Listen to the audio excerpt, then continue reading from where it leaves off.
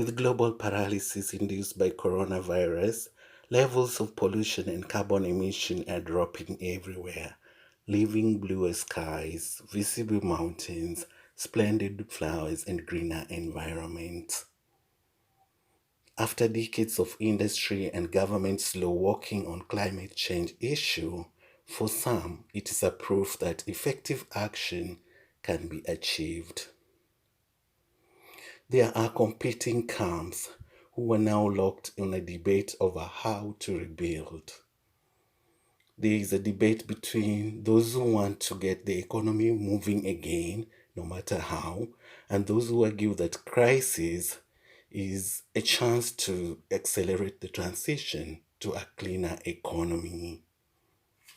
For green militants, the virus only strengthens the urgent need for the climate action.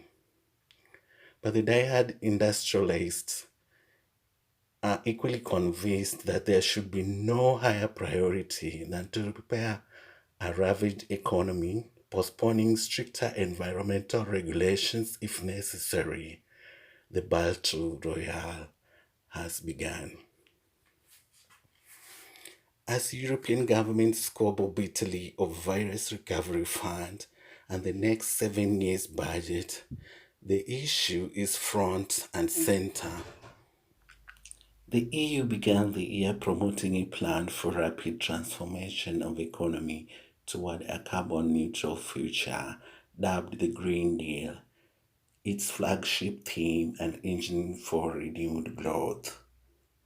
European leaders insist that some form of it will remain paramount, but the new coronavirus has complicated matters.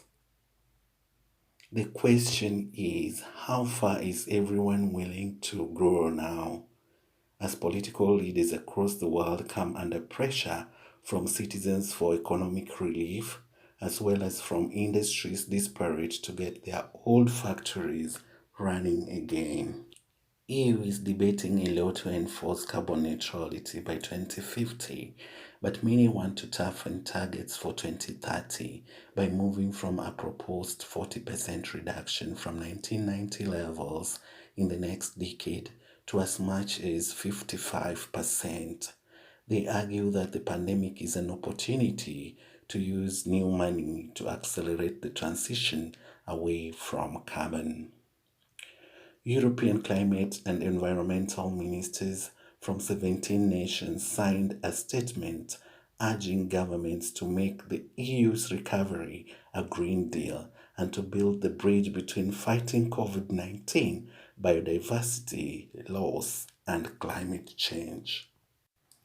But with global climate negotiations known as COP26 already postponed, there is significant skepticism as those who were for green energy and those against the green energy will be clashing publicly and politically. To some European officials, some answers are obvious. Help the auto industry recover, but tie support to the production of electric cars and better batteries. Help the energy industry move forward towards renewables and hydrogen. Put people to work installing electric charging stations, rooftop solar panels, better home insulation, smart meters, and more efficient windows and boilers. Regulate to ensure energy efficient new buildings. Some issues, though, are less clear, like the future of mass transportation and large apartment complexes, especially in big cities, let alone the future of airlines. French President Emmanuel Macron has tied new funding for Air France KLM to carbon reduction. However, there is a big conflict as every day letters from powerful industrial organizations from cement to plastic to car industry arrive asking for reliefs on standards for emission.